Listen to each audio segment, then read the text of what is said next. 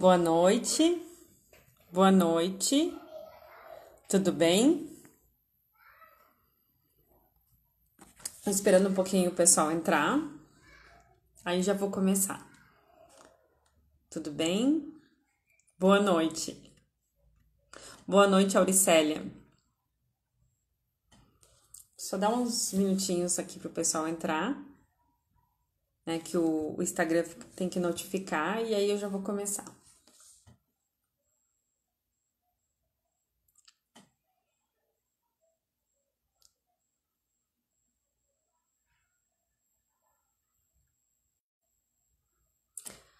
Auricélia, de onde você é? Se puder colocar. Legal que a gente faz relações com pessoas que são de outros lugares, né?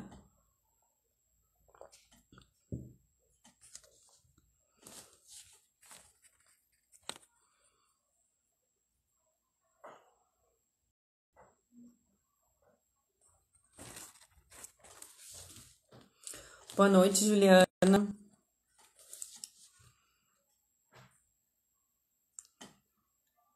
Só tô dando um tempinho aqui para começar para o pessoal entrar e aí a gente já começa, tá certo?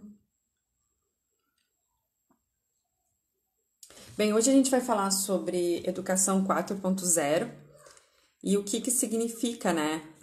Que legal, você é do Ceará, Aracati, que legal, seja bem-vinda, Auricélia. E hoje a gente vai falar então sobre o que é a educação 4.0, né? O que ela significa em termos de transformações. Educadrops, que eu não sei o nome, bem-vindo também, boa noite. E aí eu vou começar falando então das características da educação 4.0 e como que isso chega na nossa sala de aula, né? O pessoal vai entrando normal assim, e aí depois eu vou respondendo as perguntas se tiverem perguntas. Primeira coisa que a gente precisa entender da educação 4.0 é que essa é a forma como, durante muito tempo, isso parecia ser algo muito distante de nós, né? A educação 4.0 parecia ser algo de outros países. Oi, Alana, bem-vinda, Alana. Parecia ser algo de outros países, de outros lugares, né? A educação 4.0, como se não tivesse, nós do Brasil não tivéssemos essa relação. Então, muitas vezes a gente imaginava, né, que a educação 4.0 faria parte, então, de um grupo de elite ou de um grupo específico de alguma região e não do Brasil. O Brasil, então, estaria fora dessa educação 4.0, de todas essas transformações que estavam acontecendo. E eu acho que uma coisa que aconteceu é que a pandemia nos trouxe muitas mudanças, né? E mudanças que a gente nem imaginava aqui para o Brasil também. Eu lembro do ano passado, em fevereiro mais ou menos, que a gente começou a ver a questão do ensino remoto em outros lugares, até que se chegou aqui no Brasil também e teve essa questão do ensino remoto cada vez ficou mais frequente, né? Essas transformações e aí uma nova forma de ensinar. A gente precisou se adaptar a isso. E o que o ensino remoto, né, e todas essas questões têm a ver com a educação 4.0? Boa noite, Priscila. Uma das coisas que a gente percebe é que existe uma outra forma de ensinar e uma outra, né, em relações que eram muito mais presenciais, hoje a gente precisa fazer por meios virtuais. E aí as questões, muitas vezes, que a gente via nos nossos celulares, hoje a gente teve que trazer para a sala de aula. Então, a educação 4.0, ela não está só em algum local, ela está dentro da nossa escola, né? Está dentro do nosso sistema. E aí, para a gente pensar como isso que atinge e que transformações eu posso fazer na minha escola, na minha sala de aula, para que isso seja tratado da forma melhor efetiva possível, né? Como que eu posso fazer isso? Primeira coisa, características da educação 4.0. A gente pode colocar a inteligência artificial, a computação, a realidade virtual e a internet das coisas. Além disso, nós temos também os veículos 4G, 5G e tudo mais. Bem, o que isso faz, né? É uma nova forma como as pessoas têm de se relacionar com isso. Então, é uma forma de se relacionar diferente do que a gente tinha antes. Muito mais da automação, né? Muitas vezes a gente até se pergunta como que a gente tinha o mundo sem o celular. Como que a gente tinha um mundo em que não tinha tudo no celular. Eu lembro, inclusive, quando eu era criança, que eu tinha o costume de usar o próprio orelhão, né, para telefonar. E o que acontecia quando eu usava o orelhão para telefonar?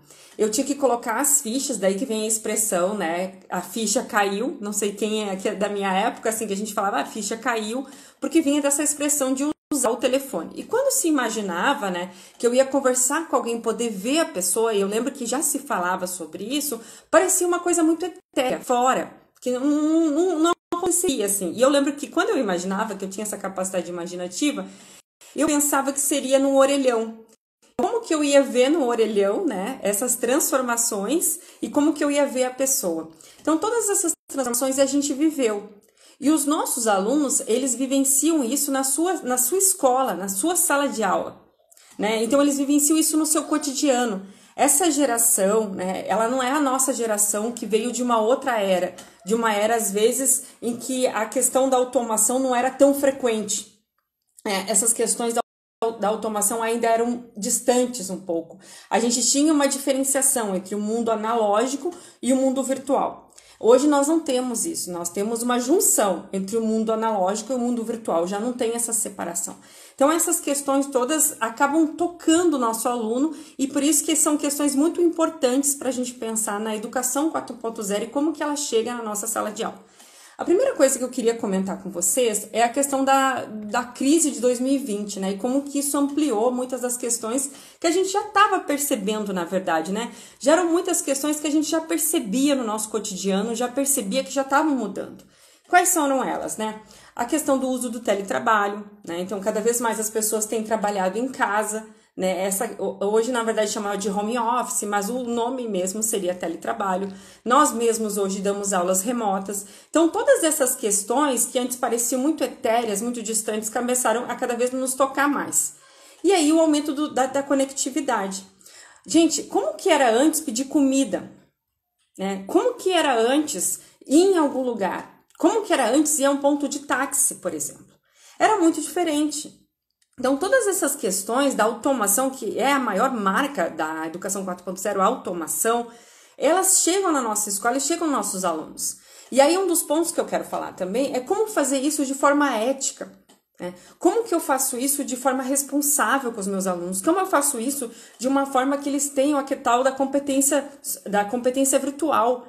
Porque muitas vezes eu percebo que as pessoas imaginam que a competência virtual, né, essa competência da conectividade, seria só acessar a internet.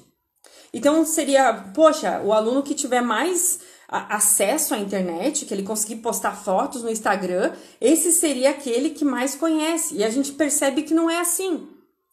Né? A forma como a questão ética de se colocar, a questão, não só a ética, né, mas como se coloca no ambiente virtual, que ambiente é esse de cidadania, como que ele vai se colocando, são questões que muitas vezes estão muito distantes dos nossos alunos. A mim tem chegado, inclusive, alguns questionamentos, algumas questões que me deixam extremamente preocupadas. Então, a gente tem, por exemplo, crianças muito pequenas que têm acesso ao celular livre, né? Os pais não têm esse cuidado, às vezes, em relação ao celular.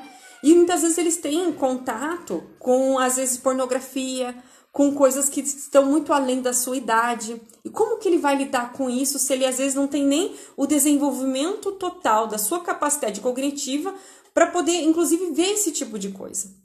Inclusive, eu converso muito com isso. Quando a gente era criança, né, pensando nessas questões, quando alguém ia fazer esse tipo de coisa, uma criança, um adolescente, muitas vezes ele tinha que enfrentar a vergonha, às vezes, de roubar uma revista de alguém. Então, às vezes, um tio que tinha uma revista pornográfica, alguma coisa assim.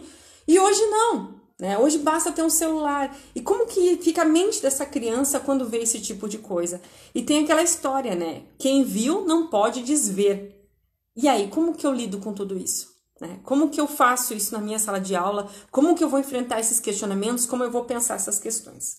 A primeira coisa que eu gostaria, antes de chegar nesses pontos específicos, conversar um pouco sobre o que é a Educação 4.0. Porque a primeira coisa que a gente precisa entender é que a Educação 4.0, ela se liga à Indústria 4.0. E para isso é interessante a gente pensar o que é, né, cada uma dessas indústrias. A primeira revolução industrial que a gente tem, ela acontece na Inglaterra. Mais ou menos em 1760, a gente tem a primeira revolução industrial que acontece na Inglaterra.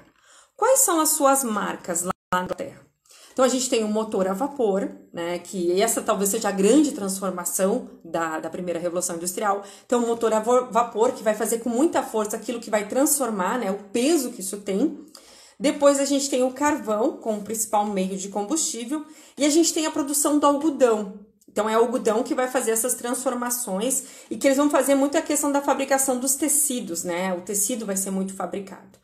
E aí a gente tem o uso de máquinas muito pesadas, né? Então, a indústria, aliás, 1.0, que seria a primeira revolução industrial, ela tem essa característica das máquinas muito pesadas, né? Então, tem muitas máquinas, é muito peso, essas questões todas tocam muito nessa primeira parte da revolução.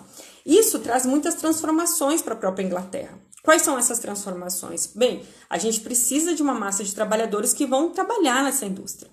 A gente precisa dessa massa de trabalhadores que consiga, né, apertar os botões, organizar. Tudo isso é necessário dentro da Inglaterra, lá do século XVII.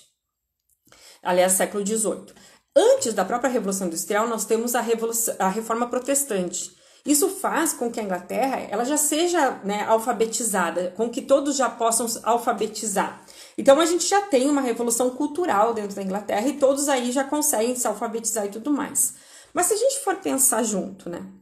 Dentro dessa indústria, qual era o tipo de trabalhador que a gente precisava? Né? Se a gente for pensar. Que trabalhador que a gente precisava na indústria 1.0, na primeira revolução industrial? Qual que era o tipo de trabalhador? Bem, ele querendo ou não, ele não precisava, não teria conhecimentos tão bem acabados, né? Porque tudo que ele faria são questões um pouco mais mecânicas. Então, tudo que ele fazia são questões mais pontuais, mais mecânicas, em que ele apertava botões e se organizava. É claro que daí eu não vou entrar aqui no que acontecia dentro das indústrias, né? Nas problemáticas que aconteciam e tudo mais. A gente sabe disso. Né, às vezes muita exploração, não tinha horário, né, às vezes chegavam a trabalhar 18 horas por dia, né, isso acontecia bastante, assim, não tinha direitos trabalhistas ainda nessa época. Então, todas essas questões da primeira Revolução Industrial, mas que tipo de trabalhador, né, eles necessitavam? Se a gente for pensar, é um trabalhador que ele tem alguns conhecimentos, se a gente fosse pensar, né, ele é letrado, então ele sabe ler, sabe escrever, mas ele não precisa de tantos conhecimentos técnicos, né? Ele não precisa saber tanta coisa para operar uma máquina. Às vezes, um curso básico e ele já poderia operar aquela máquina. Então, acontecia esse tipo de coisa, assim, não era necessário tanto conhecimento. Então, a gente tem muitas vezes o professor como aquele que é um instrutor, ele vai instruir para ele operar aquela máquina, ele vai organizar esse tipo de conhecimento, e o aluno, né, aquele que recebe, ele é mais passivo. Ele é um aluno mais passivo, assim, ele escuta, ele tem essa capacidade de escutar e tal, mas ele é mais passivo. Então, a gente tem nessa primeira Revolução Industrial, e é importante que a gente diga que já é uma revolução, que já é um aluno diferente do que a gente teria no período pré-revolução, primeira Revolução Industrial. Por quê? Porque a gente já tem uma alfabetização, né? Os alunos já estão se alfabetizando, a gente já tem essa alfabetização e já tem um certo conhecimento técnico. Diferente até do que vai acontecer posteriormente, que vai exigir cada vez mais isso, mais questões. Mas antes, é importante lembrar, porque, por exemplo, a Inglaterra já tem sofrido também a primeira revolução industrial, não, a Reforma Protestante. Então, até o Christopher Hill, eu vi que o professor Rodrigo entrou aqui, ele é de história também, o Christopher Hill, ele fala que na Inglaterra teve uma revolução cultural, porque as pessoas começaram a ler, a estudar, a ensinar, por causa da questão da aceitação pessoal. Então, já tem uma transformação nesse sentido dentro da Inglaterra. Então, a primeira Revolução Industrial já tem uma transformação. E aí, posteriormente, nós temos a segunda Revolução Industrial. E quais são as marcas, né, dessa segunda Revolução Industrial? Primeiro que a gente pode dizer que é uma indústria... Rodrigo, isso mesmo. Que a segunda Revolução Industrial, a primeira que a gente pode dizer que ela sai da Inglaterra. Ela já não está mais na Inglaterra. Ela passa, então, a ser para os Estados Unidos, para a França, né? E para outros países também. E aí eles começam, inclusive, a competir por mercado por matérias-primas, né? Por mercado de trabalho. Eles passam a ser competidores da Inglaterra. A Inglaterra, então, já não é mais a única detentora, e a gente tem, então, uma propagação dessas questões para outros lugares também. Qual é o combustível nesse momento? Nós temos o petróleo, o aço e a eletricidade. São os principais, elementos combustíveis aí. E aí a gente tem uma questão da Ford, né? A Ford é a grande marca da segunda revolução industrial. E é interessante porque, inclusive, eu fui no Museu do Automóvel, eu li um pouco sobre a questão da própria Ford. E a Ford, ele sabe onde que ele se inspira, né? O Henry Ford, ele se inspira no frigorífero. Porque ele viu que no frigorífico, quando eles cortavam a carne, quando eles decepavam a carne, era muito mais rápido quando havia divisão de tarefas. Então ele tem a ideia, poxa, se é muito mais rápido fazendo assim, eu vou trazer para a fábrica. E aí ele traz o modelo fordista, passa a ser então um modelo fordista dentro das suas fábricas. E a Ford, ela tem essa capacidade, por isso que chama modelo fordista, né? Ela populariza o carro. Então o carro já não é uma questão de elite, porque antes era assim, era para elite o carro. Agora não, ele passa a ser, a Ford, a fazer carro popular para todo mundo poder andar. Tem até uma brincadeira que diz assim que o Ford gostava de questões coloridas, contanto que todos fossem pretos. Porque ele tinha, como era um carro popular, ele tinha que ser mais barato, então ele fazia todos os carros pretos, né? Por isso que muito desse modelo que a gente questiona tem a ver, inclusive, com o Ford, que é formar todo mundo igual, né? Todo mundo tem que ser igualzinho, que aí tem a ver com essas questões do modelo fordista, né? Todos vão ser da mesma forma. E aí, na segunda revolução industrial, a gente também tem a questão das ferrovias.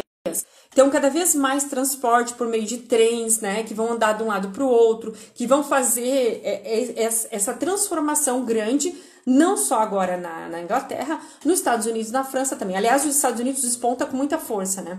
E aqui no Brasil, nós temos também uma marca da Revolução Industrial, que a gente pode dizer ali na Era Vargas.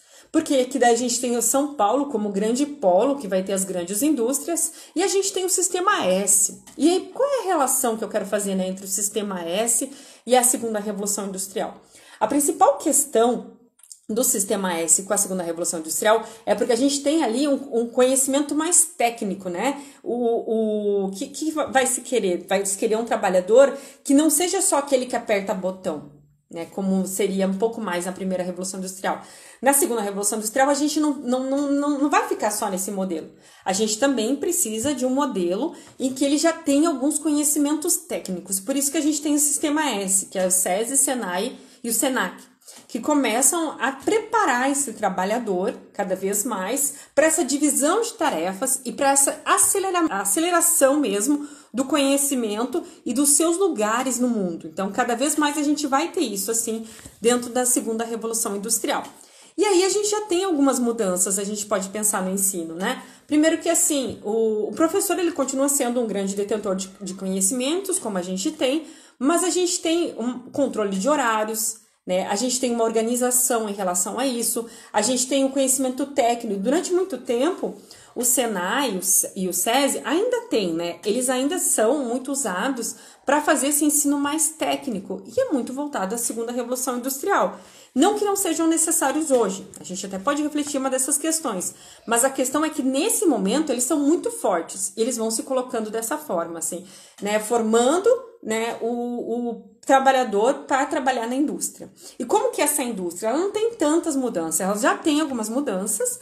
Ela é mais limpa, assim, né? Não é tão agressora com o trabalhador, mas ainda não tem uma mudança, uma aceleração como nós temos hoje. Ainda é um pouco menos do que a gente vai encontrar posteriormente. E aí, bom, passamos isso, mais ou menos, 1930 aqui no Brasil, e pensando, quando a gente fala no fora, começa um pouco antes, inclusive, né? Depois da Primeira Guerra Mundial, a gente já tem algumas dessas transformações. E a terceira Revolução Industrial, né? O que seria a terceira Revolução Industrial?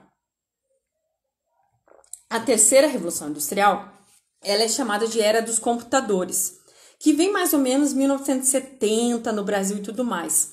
E é bem no período da Guerra Fria. O que acontece, gente? A gente já tem, então, algumas questões que vão nos tocar até hoje.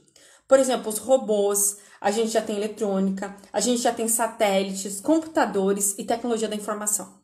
Então, todas essas questões, aliás, é onde começa, né, a questão dos grandes computadores, a organização de tudo isso. Ou seja, já existe muitas dessas questões que nos tocam até hoje, né, dos robôs, dos computadores, da organização. Quando começa a surgir isso, é claro que de uma forma muito incipiente ainda, mas já vai mudando muito das realidades das escolas também. É nessa hora que a gente começa a ter a inserção das tecnologias, da informática, né? A gente tem a transmissão por satélite. A Guerra do Vietnã, por exemplo, em 68, foi uma das primeiras guerras que foi transmitida. Aí depois a gente teve, por exemplo, mesmo a guerra do Iraque, do Afeganistão, todas essas a gente assistiu pela televisão. Ou seja, essa questão da informação, do acesso, ela já não é tão recente assim. Ela já tem um tempo, né? A gente pode contar que desde a terceira revolução industrial já tem um pouco dessa questão do acesso à informação dessa forma, né? Liga a televisão e tá tudo acontecendo ao mesmo tempo. Eu lembro, em 2001, não sei se vocês lembram, mas em 2001, quando caem as Torres Gêmeas, é transmitido logo depois. Inclusive, quem é da minha geração, ou um pouco mais velho, que lembra de 2001, de repente tem gente que em 2001 já era criança, ainda nem tinha nascido, mas 2001, quando caem as Torres Gêmeas, todo mundo lembrava de onde estava quando aconteceu. Por quê? Porque essa transmissão da informação, ela acontecia, era simultâneo, né? Era ao mesmo tempo, mas sempre pela televisão, não era pelo celular, não tinha diferentes informações.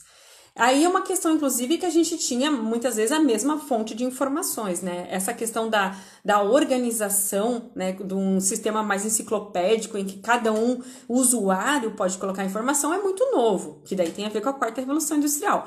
Na terceira, nós não temos isso ainda. Na terceira, na verdade, muitas vezes a gente tem as grandes redes de televisão, as grandes redes de jornais, são eles que colocam, então, as informações lá que são consumidas. Por exemplo, na TV, a gente pode pensar que, em geral, tem a Globo, a Record, a SBT, né, os grandes meios de comunicação de jornais, são eles que nos transmitem informações. E nós, nesse momento, somos passivos, né, dentro disso. E aí, dentro disso, ó, o Rodrigo tá colocando verdade, eu estava fazendo uma atividade na escola quando entrou o plantão da TV. Exatamente, porque a gente já tinha essa transmissão, né, isso em 2001. Na década de 90 também, a gente já tinha um pouco dessa transmissão simultânea, né, das informações. Mas o que acontece, né? Ali a gente já percebia que era necessário mudar algumas questões do nosso aluno. A gente talvez não tivesse ideia, né, das transformações que viriam a partir dali. Isso é certo, assim, a gente talvez não tivesse ideia, assim como a gente não tem ideia das transformações que vão vir daqui a pouco. Mas já era meio claro de que existia uma aceleração e uma mudança na velocidade da informação. Tem uma brincadeira, tá? Tem uma pessoa querendo participar ao vivo. Ah, não, acho que ela foi sem querer. O José pediu para participar ao vivo. Se quisesse, não tinha problema, José. Mas o que a gente percebe, né? Essa questão da conexão, da transformação, ela já é verificada nesse momento. Por exemplo, quando proclamam a República no Brasil, tem umas coisas muito engraçadas. Dizem que muitos não sabiam que tinham sido proclamada a República. Para quem não sabe, a República foi proclamada em 1889. E muitos ficavam ainda venerando o rei. Eles não sabiam, não tinham ideia. Porque a velocidade da informação era muito menor. Há vários estudiosos que dizem que, inclusive, as conexões que tu fazia eram no teu bairro, eram no teu lugar, não tinha essa questão da expansão. Mas a partir da terceira revolução industrial, a gente já tem algumas transformações. Primeiro, a questão da interdisciplinaridade, a questão das novas metodologias, o uso do computador, né? Nessa época, a gente já tem um computador na escola, mas uma coisa importante, ainda a gente não tem as redes sociais dessa forma. Então, a gente já tem um computador, a gente já tem já tem um questionamento do papel do professor, isso é muito certo, né, na terceira revolução industrial, e a gente poderia chamar de escola 3.0, alguma coisa nesse sentido. Então, já tem algumas transformações, mas nada comparável ao que a gente vai ver na quarta revolução industrial, que é o que nós estamos vivendo hoje, assim, o que é essa questão da automação. E uma coisa que, antes de falar da quarta revolução industrial, queria refletir com vocês o seguinte, olha só que interessante. Na terceira, em cada revolução industrial, sempre teve aqueles, né, que a gente pode chamar de qualquer coisa que a gente quiser, mas não é tão ideal que a gente chame, que não aceitam, né, que se sentem porque vão perder os empregos e por muitos motivos. Mas o que a gente percebe, né? Que não adianta. Infelizmente, não adianta a gente ir contra. Por exemplo, na primeira Revolução Industrial, a gente tem os ludistas, que quebram as máquinas. Mas isso, por acaso, impede? Infelizmente, não. Então, hoje, com as mudanças que a gente tem na quarta Revolução Industrial e o quanto que isso impacta a indústria e impacta nossas escolas, a gente pode até não gostar. E vai ter muitas pessoas que vão... Por exemplo, quantos empregos, né, a automação vai tirar ou já tirou? Mas também outros empregos vão ser criados. E esse é o nosso desafio, porque a cada revolução há uma mudança muito grande, tanto na expectativa das empresas, como nas expectativas do que vai acontecer. Então, a velocidade das transformações hoje é muito maior. E como isso vai impactar a nossa escola e o nosso aluno.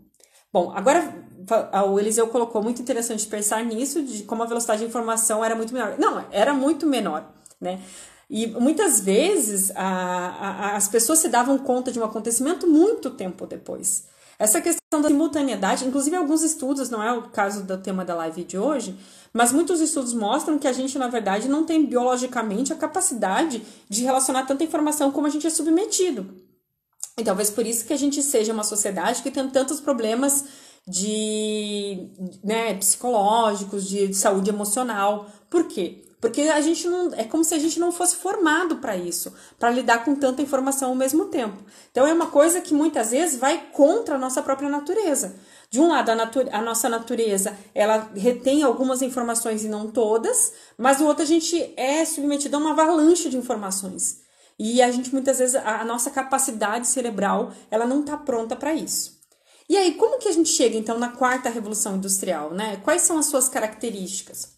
A quarta revolução industrial, os estudiosos dizem que faz mais ou menos 2010, né? Então é muito recente, a gente pode dizer que ela tem 10 anos, 12. Quais são as suas características, né?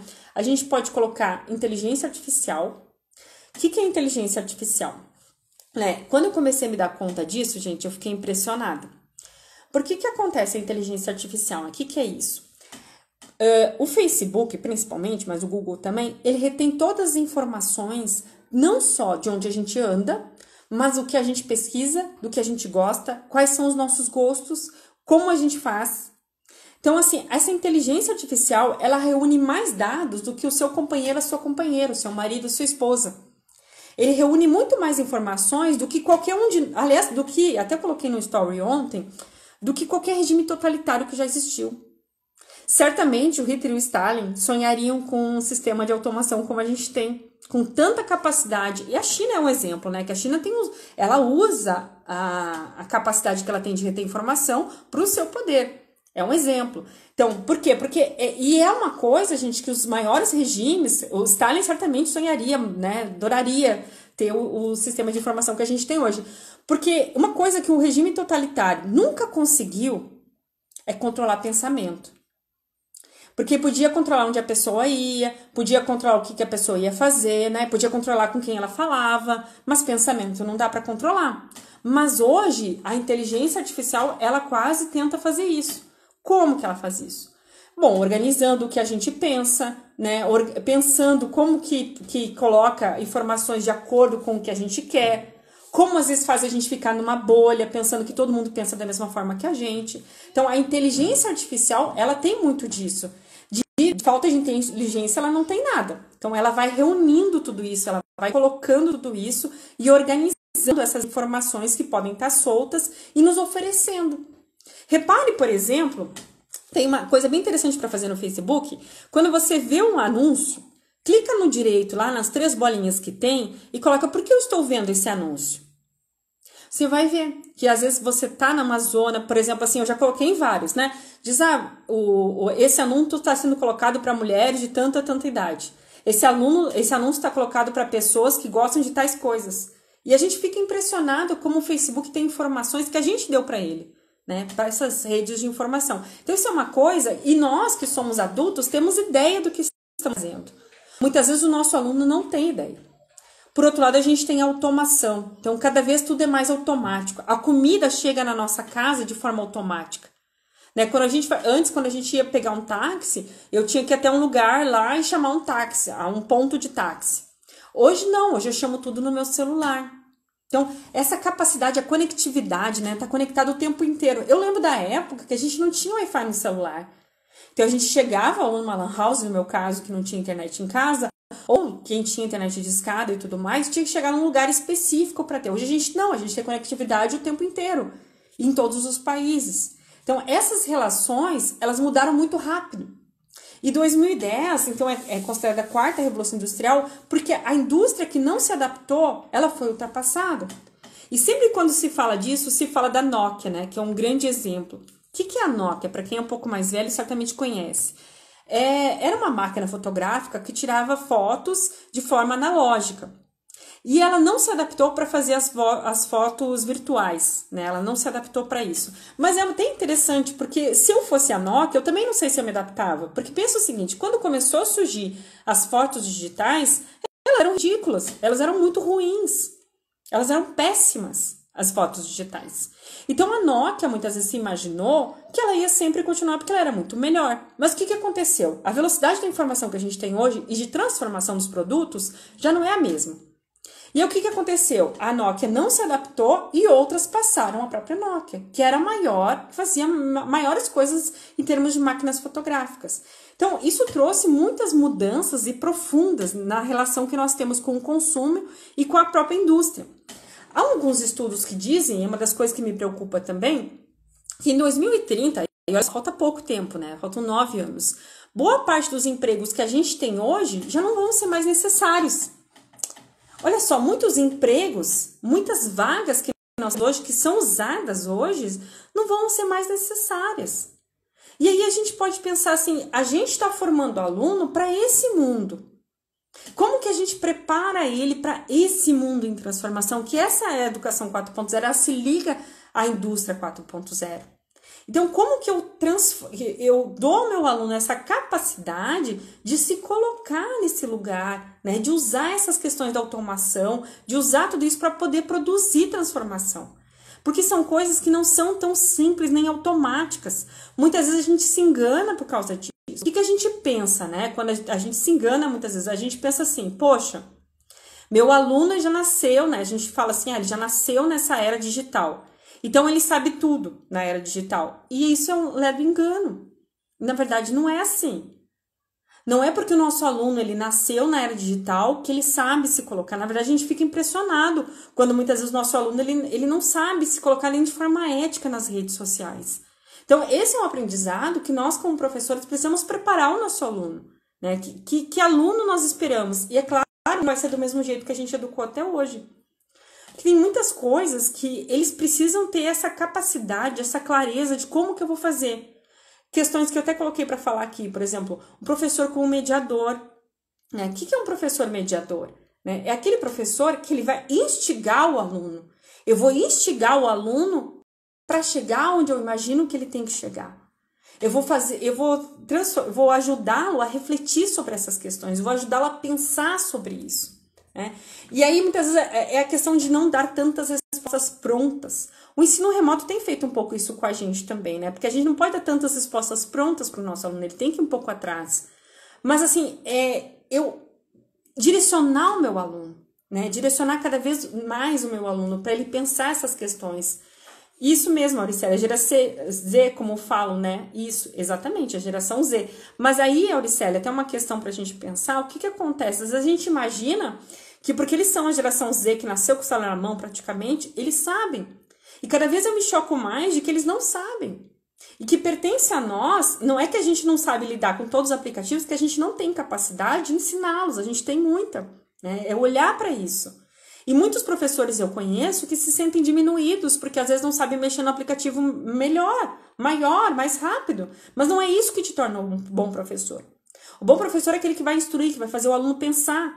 E aí vai tornar esse aluno ativo no processo de ensino-aprendizagem. Eu vou possibilitar que ele se torne protagonista, que ele seja ativo, que ele seja atuante, que ele consiga fazer essas questões.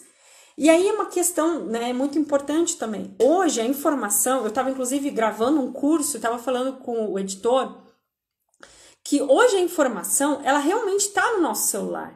né? O aluno dá um Google, né? Sabe aquela coisa? Dá um Google. Qualquer coisa dá um Google, né? Para vocês terem uma ideia, eu lembro quando eu entrei na faculdade em 2004, que eu entrei na faculdade, quando um professor meu falou dá um Google, eu não sabia o que era. Então vocês terem uma ideia, assim, porque não era tão frequente assim. Hoje, dá um Google, todo mundo sabe o que é. Mas, se de um lado nós temos que a informação tá ali, o conhecimento não tá. Isso eu acho que é um leve engano. Porque a gente imagina, porque tem a informação que tem o conhecimento. Mas qual que é a diferença entre os dois? A informação é ela seca, dura. O que é o conhecimento? É aquela informação depurada, pensada, relacionada com outras coisas que ele já sabe. E até uma questão que eu até falei antes, né? O nosso aluno e nós mesmos não temos capacidade de lidar com tanta informação que nos chega. Então, o que é o conhecimento? Eu selecionar, diante de tantas informações que eu recebo, como que eu vou lidar com aquilo? O que é interessante que eu busque? Onde eu vou? Que relações eu posso fazer? O que é informação e o que é conhecimento? Aí eu consigo relacionar isso de forma profícua e usar isso. Porque eu vou dizer uma coisa, informação sem ação não é nada. Por isso que a gente tem a questão das competências. O que é competências, né? Competências é habilidade, é atitude e é conhecimento.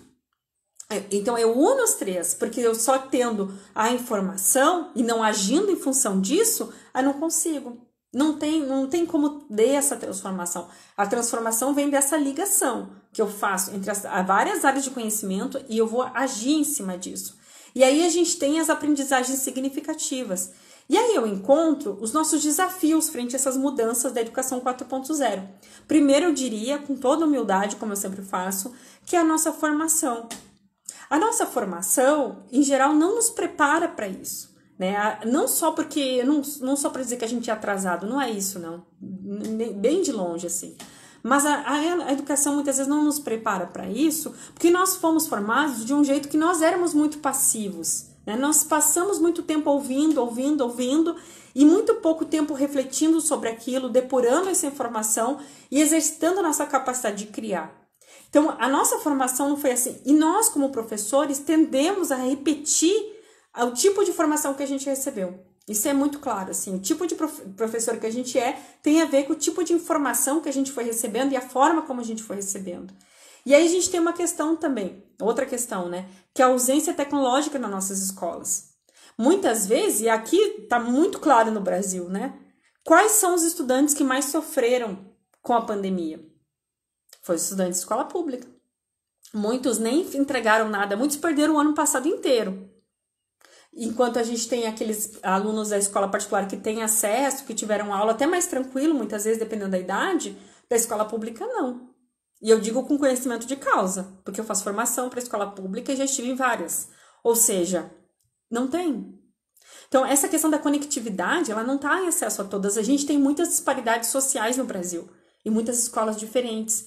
Então, de um lado, a gente tem isso. E alunos que são... Então, são 3 desafios que eu colocaria, né? A formação de professores, a ausência das questões tecnológicas e os alunos que estão acostumados a serem passivos. Muito porque nós nos acostumamos assim. Nós acostumamos os alunos a serem dessa forma, a serem passivos, a só ouvirem. Nós nos acostumamos que também nós somos formados assim. E aí a gente pode colocar, inclusive eu coloquei algumas questões aqui, para a gente falar dos 5 desafios que a gente tem, né, em termos de educação 4.0, para a gente conversar um pouquinho. Então, essa questão da conectividade, que é um dos maiores desafios que a gente tem, porque estamos todos conectados, mas às vezes nem tanto.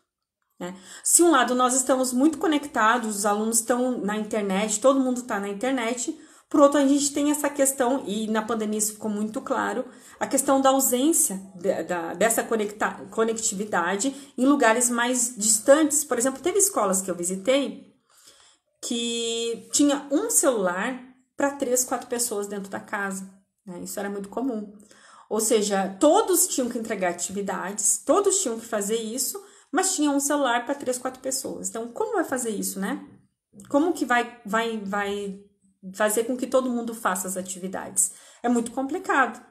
Então, essa questão da conectividade, de um lado nós temos, né, como se o mundo tivesse no teu celular. né? Hoje o mundo tá no nosso celular, assim, eu chamo Uber, eu chamo comida, eu vou para qualquer lugar, essa conexão, e os grandes aplicativos que ganharam muito dinheiro no ano passado, em geral, são ligados à internet. Então, essas transformações que a gente tem. Outra coisa que nós temos é a questão da automação e a ligação que nós temos com a máquina. E aí, uma coisa que me impressiona e me preocupa de outro lado é que os nossos alunos, eles vão sendo acostumados a tudo muito imediato. Como que eu me relaciono com uma máquina, né? Eu aperto um botão e ela me responde. É assim que eu me relaciono com uma máquina, né? E se ela não funcionar, o que que eu faço? Em geral, eu entrego essa máquina, eu devolvo, eu reclamo com o fabricante. E muitas vezes essa relação que a gente tem com as máquinas, a gente quer transmitir para as pessoas. E os nossos alunos querem isso, imediatistas. Nós somos, às vezes, imediatistas. E os nossos alunos acabam sendo também. Então, a relação que a gente tem com a máquina, que é fria, que tem que responder, se o micro-ondas não esquenta minha comida em 30 segundos, eu quero brigar com ele. Por que ele não esquentou? É tudo muito rápido. Então, Marcos, boa noite. Então, quando tem tudo isso, assim, a relação com a máquina que é muito fria, muitas vezes a gente tem um esfriamento das relações humanas. E aí é uma grande questão, né? Por que hoje a gente fala tanto de competências socioemocionais? Porque nós não sabemos mais nos relacionar um com o outro. E às vezes essas demandas, os nossos alunos fazem isso, né? A demanda dele tem que ser atendida na hora. Nós somos assim, que se você é gestor, eu já fui gestora, e isso acontece assim, porque se não atender na hora, a pessoa não está preocupada, às vezes, que tu tem outras demandas, né? Que cada pessoa tem o seu mundo. Não, isso não é importante, tem que atender na hora, porque a gente está acostumado a máquinas que, num clique, ela atende. Então, esse esfriamento é muito comum. O Rodrigo colocou o comentário. As famílias também estão assim, super imediatistas, estão transferindo sociedade para os filhos. Perfeito, Rodrigo, exatamente. E vem muito do nosso relacionamento com a máquina. Por exemplo, né? Até o processo de cozinhar, dá um exemplo assim. É muito importante na formação de crianças. Por quê? Para entender que quando eu vou fazer um arroz, eu vou fazer, né, um bolo, há processos para fazer. Se eu não esperar o tempo, o bolo abatuma. Se eu não esperar o tempo, o arroz não fica pronto. Agora não, na cabeça da criança, e pensa o seguinte, se um adulto já faz isso, imagina uma criança, né? Na cabeça da criança, não, eu aperto o botão e o bolo vai chegar na minha casa. E qual é a paciência que eu tenho com o outro ser humano, que o outro ser humano me diz não? Quando o outro ser humano não pode atender a minha demanda. Então, todas são questões que vão nos tocando muito, que tem a ver com esse mundo da educação 4.0 e como ela nos chega aqui. Outra questão, né, que é as novas mídias. Então, eu falei da conectividade, da questão do mundo das máquinas, da automação e as novas mídias, que é aqui o que a gente está fazendo agora, o Instagram, né, que bombou. Aliás, o Instagram, em um ano, chegou a 50 milhões de usuários. Um ano! Sabe quantos anos o telefone demorou para chegar a 1 milhão de usuários? Em 50 milhões, aliás? 75 anos. Então, assim, é muita diferença, assim, e assim, a grande diferença das mídias, dos jornais antigos, né, o que a gente tinha na televisão e tudo mais, é que o usuário, ele também faz informação. Essa é a grande transformação. Porque antes, o que a gente tinha? A gente tinha o livro, aquele que escreveu o livro, a gente tinha a TV, os jornalistas, e eram eles que nos davam a informação. E depois, não. Hoje não é assim que a gente tem. Hoje, como que a gente tem, né? Hoje, na verdade, as pessoas comuns fazem a informação. As pessoas comuns transmitem a informação. Então, essas questões, E aí, claro, a gente tem a ampliação da fake news, porque as pessoas muitas vezes não têm essa questão de pensar que informação que está chegando ali, como que eu vou lidar com essa informação? Será que sem eu verificar eu vou passar? É a história do WhatsApp, né? Das informações que vão repassando. E é uma questão errônea que a gente tem, como se a fake news fosse uma questão contemporânea. Ela não é. Na verdade, ela ampliou no mundo contemporâneo. Ampliou muito. Porque muitas vezes as pessoas não se dão o trabalho de verificar se uma informação é correta. Eu repasso. Agora que essas histórias das pessoas doentes por Covid, o que eu já vi de gente morto que não morreu, né? De receber informação que, fulano morreu, mas não morreu. Então, e eu não entendo bem por que as pessoas transmitem esse tipo de informação, se é só maldade, se quer holofotes, mas isso é muito comum. E às vezes as pessoas vão repassando, né? E fica às vezes até uma questão difamatória para algumas pessoas, porque vai se repassando muito rápido. Eu nem vou falar de nudes aqui, que acho que não é uma questão, porque são fotos às vezes impróprias. Então, essa capacidade do usuário, né, fazer informações Por um lado é muito bom, porque a gente tem uma democracia, é mais democrático, né? Se fosse antes, eu nunca ia poder abrir uma live e conversar com vocês assim, né? Na época da televisão. Aliás, eu até fiz uma época, eu fui entrevistada para programa de TV, mas era uma coisa ou outra. Não era algo assim que a gente pudesse fazer sempre. Agora, então, de um lado, a gente tem a democratização da informação, mas por outro lado, nós temos o quê? Né? Nessa questão das novas mídias. Por outro lado, a gente tem uma disseminação cada vez maior de fake news. Então, a gente tem essas informações contraditórias, né? Às vezes, o cerceamento de algumas opiniões diferentes. Então, tudo isso vai ficando muito comum, né? E vai se disseminando dentro do nosso mundo. Então, eu falei da conectividade, o mundo das máquinas, as novas mídias, e aí nós temos em quarto lugar, são 5, a velocidade das inovações. E aí, gente, eu acho que é uma das maiores marcas que marcam o nosso tempo e marcam o nosso aluno também. A gente nunca viu tanta inovação tão rapidamente, né? Aliás, dizem que o ano 2020 foi como se ele comportasse muitos anos em si. Porque a velocidade que as questões foram mudadas em 2020, as necessidades das pessoas se adaptarem, foi muito grande. Que era uma coisa que a gente nunca tinha visto até então. Então, essa velocidade da inovação, as coisas um dia são assim, outro dia não são. Quer ver um exemplo? Não sei quanto tempo vai demorar para chegar no Brasil, mas é o carro elétrico e o carro automático, né? Autônomo, né? Ele dirige sozinho. Tem até umas questões importantes em relação assim, porque é o seguinte, né? O Uber acaba sendo, principalmente, né, um lugar em que as pessoas desempregadas ou que não conseguem ou desempregadas, ou mesmo que não tenham uma boa formação, que elas acabam usando o Uber, então, para se utilizar. Imagina com a automação, quantos empregos, mais uma vez, a gente vai, né? Eu sei que não é bem um emprego, né? Tem até o termo uberização, mas acaba sendo um ganho para a pessoa. Mas é algo que também talvez acabe. Porque essa velocidade da mudança, ela é muito grande. E aí é uma dúvida que eu tenho, que a gente precisa pensar, e pensar como a gente vai preparar o nosso aluno, porque eles vão viver isso mais do que a gente até.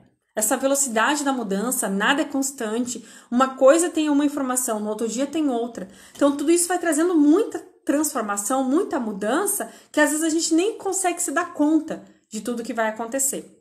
E aí, em quinto lugar, nós temos as competências socioemocionais que seguiam com tudo isso. Então, a conectividade, depois temos o mundo das máquinas, que é a automação, as novas mídias, a velocidade da informação e as competências socioemocionais. E aí a grande questão, né, das competências, assim, talvez seja um dos assuntos mais falados. Mas como, né, diante de tanta informação, a gente prepara o nosso aluno para ele organizar suas emoções, para ele ter o controle das suas emoções. E como nós, professores, também temos essas competências. Muitas vezes a gente fica chocado. Hoje eu recebi uma mensagem que eu fiquei um pouco chocada com uma professora de sétima série, sétimo ano, aliás, e ela contou o seguinte, que ela recebeu, dentro do chat, assim, um aluno trocou uma foto e colocou uma foto pornográfica. E ela não sabia o que fazer. Aí ela chegou, comentou com a coordenação para poder ver o que era possível fazer e tudo mais, para tirar aquela foto pornográfica de sétimo ano, gente. Então, assim, e às vezes a gente fica pensando, se a pessoa, né, se a criança coloca uma foto pornográfica, né, e ela tem quantos anos no sétimo ano? Tem 12 anos, né? Então ela já tem contato com isso, aí a gente pensa assim, como fica o emocional dessa criança?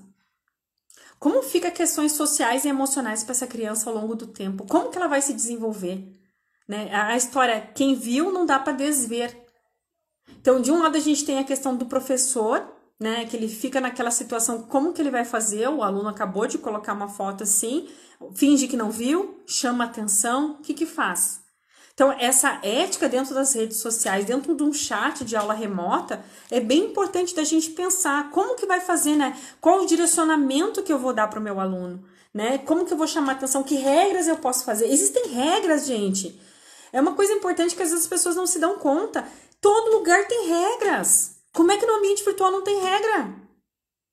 Não, isso não existe, sabe? A gente precisa ensinar o nosso aluno que tem regras. Porque, por exemplo, assim, poxa, se eu vou num banco, eu não posso andar de biquíni num banco. É uma coisa, eu não vou de biquíni no banco.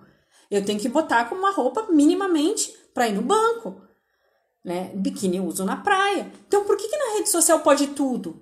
Por que no ambiente virtual pode tudo, porque não aparece? Então, essa é uma questão de ética, de respeito, que se, muitas vezes, é óbvio que muito mais os pais deveriam fazer isso, mas se não faz, vai chegar na nossa escola, chega na nossa casa, chega pra gente. Essas questões vão chegar pra gente e a gente precisa instruir o nosso aluno a ser uma pessoa ética no ambiente virtual. E muitas vezes eu percebo que a gente fecha os olhos para isso, né? E às vezes não enxerga o que está acontecendo. A Roberta, que é psicóloga, está colocando os professores têm sofrido muito. Sim, porque o que acontece, né, gente? Parece que ninguém está vendo. Mas essa questão, assim, às vezes uma das coisas que eu uso até nas formações é, por exemplo, fazer regras, né? Na nossa sala não pode isso, vamos fazer junto e tudo mais. Por quê? Porque tudo isso chega na gente. A gente até pode culpar os pais. E eu concordo muitas vezes que falta um pouco de educação em casa. A gente sabe que falta, né? Uma presença e tudo mais. Mas a questão vai chegar na gente. E aí, quando chega na gente, a gente vai ter que lidar com isso. Então, essas questões, né, dessa abertura. E é uma coisa e a gente vê adulto fazer isso também, né? Acho que o que mais dói, assim, né? Quantas vezes, especialmente em pessoas famosas, as pessoas têm maior liberdade de escrever ofensas umas para as outras. Como se, né? É aquela coisa, eu pego o megafone e grito na rua, xingo alguém desse jeito. Mas como é que a gente faz na rede social? O Rodrigo colocou. A escola que trabalho criou algumas regras para as aulas online e elas não deram muito certo. A meu ver, faltou construir com os alunos. Rodrigo, essa aqui é a questão. Porque, assim, a gente vive numa sociedade, essa que eu falei de entender o nosso aluno, né? Porque nós vivemos numa sociedade que o aluno está acostumado a opinar em tudo, né? Ele está acostumado a opinar nós também. Por exemplo, até estava falando, né, numa formação que eu estava fazendo hoje. Quando eu vou no restaurante, né, se eu vou no restaurante e o restaurante não é bom, se isso acontece de ir no restaurante e o restaurante não é bom, se uma galera foi lá e passou mal, o restaurante vai fechar. Porque as pessoas vão escrever no TripAdvisor, no Google, e vai fechar. Vai fechar, né? Assim, ó, fechou. Por quê? Porque ele precisa interagir com o público. Hoje tudo é mais cobrado. Aí, mas a gente imagina que na escola eu vou poder impor. Eu vou lá e vou colocar as regras, eles têm que obedecer. Mas não é assim que funciona. A gente está numa sociedade que as pessoas estão acostumadas a opinar. Então eu tenho que trazer isso para minha escola também. Isso não quer dizer deixar os alunos à toa, eles vão mandar na escola. Gente, não é isso. Não é deixar os alunos à toa, eles vão mandar na escola. Não é isso, né?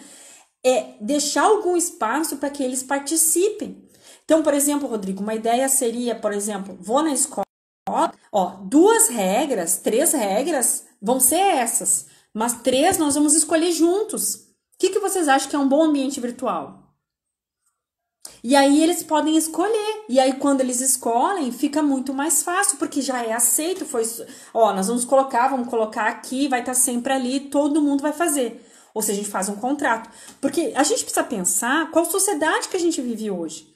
E a nossa sociedade, ela não é mais impositiva, né? Tudo a gente opina, e nós somos assim, a gente opina por tudo, gente. Até demais, né? Mas tudo a gente tem uma opinião. Né? É o perfume, é o cabelo, é cor, tudo. Se colocar na internet, tudo tem opinião. E quem é que não escolheu o produto por causa da opinião dos outros, né?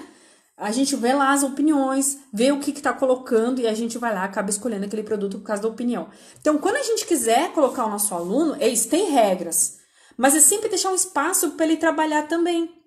Quando a gente dá esse espaço, aí tudo fica melhor mesmo. Deixa eu só ver os comentários aqui. Realmente, fazer um contrato com o próprio grupo faz dele alguém que construiu aquilo, exatamente.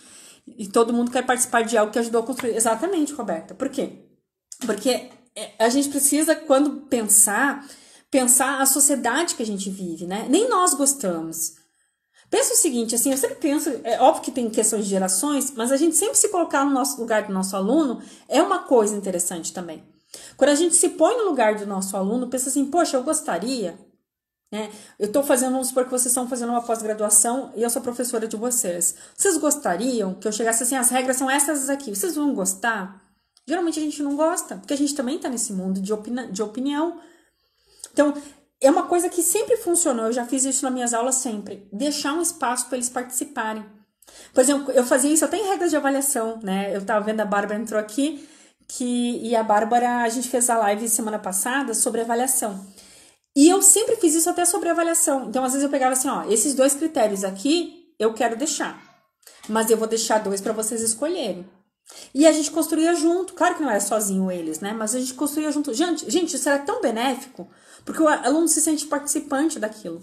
Aí o Rodrigo colocou, isso mesmo, é debater com eles, construir para o exercício da convivência entre outros espaços. Exatamente. E aí, Rodrigo, né, e todo mundo, é a gente entender que o ambiente virtual não é onde tudo pode.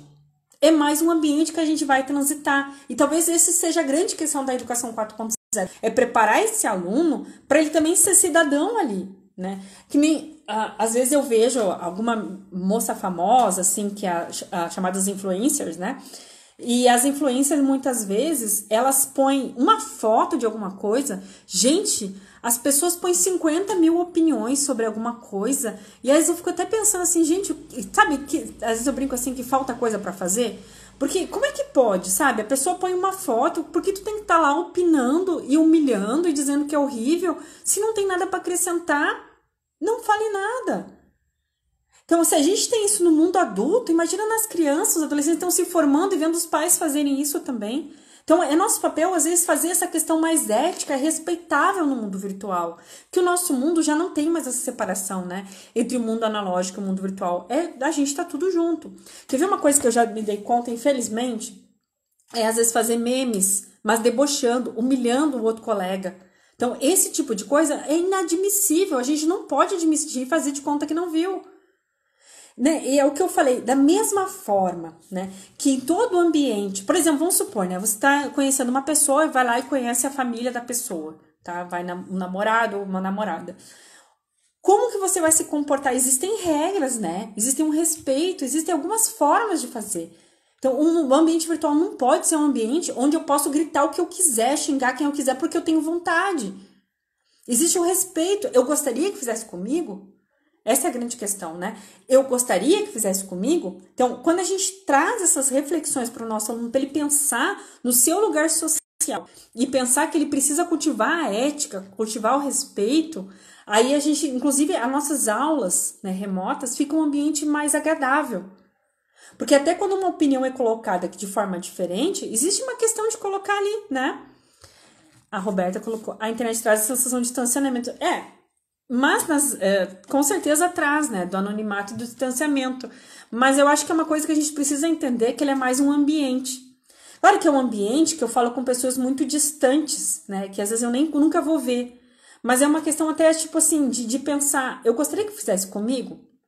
Né? Isso tem a ver com as competências socioemocionais, assim, eu me sentiria bem se fizesse comigo. Teve uma vez, inclusive eu fiz uma live aqui sobre cancelamento, né? Que as pessoas resolvem cancelar as outras, assim, falou alguma coisa que desagrada, não tem chance de perdão ou da pessoa se retratar, não, é cancelada. Porque a gente tem essa coisa de execração pública. É claro que eu acho que a internet, ela ampliou muito as coisas. Eu estudei o Hobbes no mestrado, Thomas Hobbes, e ele costumava dizer que ele preferia ser julgado pelo rei do que pelo povo. Que o rei, pelo menos, era um só, né? O povo era uma galera. E muitas vezes é isso que a gente vê na internet, né? Porque é uma galera que às vezes não vai pensar o que acontece.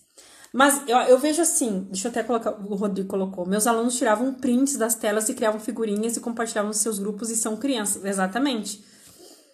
Até assim, o compartilhamento em si não é um problema, né? O problema é quando a gente começa a tirar, por exemplo, o print de uma pessoa que tá com uma posição ruim, que tá numa situação não tão favorável, e a gente divulga isso, a gente humilha a pessoa, a gente faz bullying, né? Isso acaba causando muitos problemas e efeitos que a pessoa vai carregando ao redor da vida, né? E aí não é legal, não é bom, né? Não é saudável.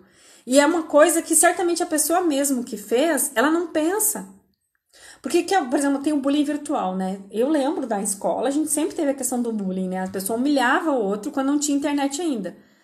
E, isso que quis dizer, tá perfeito, Rodrigo. E o que acontecia, né? A gente tinha isso, só que era num âmbito bem menor sempre. Né? Então, sempre era um âmbito bem menor o que a gente fazia. Na internet, hoje, com o bullying virtual, às vezes tu pega uma pessoa ou a gente que às vezes tira foto de nudes e tudo mais, e não espalha só pra escola, né? Não espalha só para a escola, espalha para o mundo inteiro, assim. E aí a gente tem muitas questões socioemocionais, muitas pessoas que não conseguem nem lidar com isso depois, a gente tem até suicídio muitas vezes. Então são questões que os alunos precisam entender, E quando a gente está hoje 100%, né, em ambientes remotos, a gente precisa entender isso com mais profundidade. E até, Rodrigo colocou, porque eles colocavam para caçoar dos colegas. Exatamente isso, assim, porque... eu já, quando eu estava no ensino fundamental, né, como professora, eu lembro que ainda não estava tão forte essas questões das redes sociais, os alunos não tinham todos os celulares na mão. Mas era muito forte a questão do bullying já. Né? Já era muito forte, assim, o desrespeito com o colega que é gordinho ou que anda de um certo jeito diferente. Então, e quando isso vai para as redes sociais, fica mais humilhante ainda, porque às vezes não é só aqueles grupo de 4 ou 5, às vezes é uma escola inteira, às vezes podem ser milhares de pessoas. Então, são coisas que a gente precisa aprender, né? Aprender a lidar com isso e aprender a pensar sobre isso. E até, resumindo aqui, né? Eu falei da conectividade, da questão da frieza das máquinas, das mídias sociais, da velocidade de inovação e das competências socioemocionais, que talvez seja a questão mais importante que a gente tem. Porque de lidar com nossas questões emocionais, né? Como que eu me sinto, como que eu tô em relação a isso, como que eu lido com tudo que tá acontecendo. E de outro lado, como eu preparo os meus alunos para lidar com as questões emocionais e para se respeitarem, né? O ser humano é o mesmo, isso é verdade. Existe uma formação integral do ser humano, o ser humano é o mesmo. Mas, por outro lado, esse mundo que a gente vive, ele está mudando o tempo inteiro. Então, prepará-los para isso... E aí, eu penso preparar, gente, de várias formas. Eu diria que antes dele ser protagonista e autônomo, ele ser uma pessoa que respeita os outros, que se respeita a si próprio e sabe se portar em vários ambientes. Acho que se a gente pudesse garantir um ser humano dessa forma, as outras coisas a gente vai aprendendo. Que é o aluno ser protagonista, ele ser autônomo, ele ter várias competências cognitivas, tudo isso a gente vai construindo. Então, se a gente pudesse fazer um passo a passo, certamente eu colocaria essa questão das competências socioemocionais como uma das mais importantes. A Exal Fernandes colocou: professor, precisa de um bom equilíbrio emocional. Com certeza, com certeza. E a gente primeiro se cuidar, né? Porque eu vejo que muitas vezes a gente fica muito preocupado com o nosso. Nós temos essa característica, né? Mas se você não estiver bem, dificilmente você consegue dar tudo que você pode na sala de aula, né? A gente precisa encontrar esse equilíbrio emocional. E tem uma coisa, né, que eu até respondi para uma professora hoje, que eu até queria trazer aqui, quando o aluno colocou essas fotos pornográficas no 7º ano. Uma coisa que eu falei para ela: não pense que é pessoal, porque não é. Se o seu aluno lhe ofende, não é pessoal. A verdade, o problema é daquele que ofendeu. É ele que tem problemas, não você. Então, acho que a primeira coisa é separar isso, entendeu? É claro que a gente faz regras, a gente volta a ser aquilo, mas não traga isso pro lado pessoal. Não é para você. Geralmente, quem faz a ofensa é que tem problema, né? Quem faz a ofensa, quem trata o outro dessa forma, é que tá com os problemas, não nós. Então, uma das coisas que eu digo é: mantenha a sua postura, né? E depois tenta resolver com a coordenação, pensa em regras e tudo mais. Mas não é com você.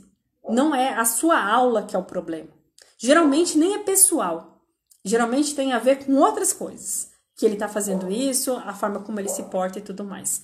Mas enfim, gente, até pra gente já passou de 1 hora de live, mas eu quis trazer um pouco do que foi, né? Do que é a Educação 4.0, tanto no ponto de vista histórico, a gente pensar um pouco na nossa formação e como isso chega hoje no ambiente remoto, tá certo? Eu não sei se alguém quer fazer alguma pergunta pra gente conversar mais um pouquinho, mas eu quis deixar esses pontos fundamentais aqui, pra gente pensar, enfim, como que isso chega na nossa sala de aula e como a gente pode incentivar mais as competências socioemocionais e preparar o nosso aluno, porque eu diria assim, gente, o protagonismo é importante, a capacidade cognitiva. Eu já tive alunos brilhantes, mas o que faz diferença é um ser humano melhor, né? É um contato melhor, é uma pessoa que respeita, que sabe se colocar. Isso faz uma diferença mais do que qualquer coisa, assim, que a gente possa inserir nossos alunos, tá bom? Bem, boa noite para vocês. Muito obrigado por ficarem aqui até o final na live. Eu vou deixar a live salva e semana que vem, se Deus quiser, tem mais pra gente conversar sobre os assuntos aí da educação, tá certo? Boa noite, gente!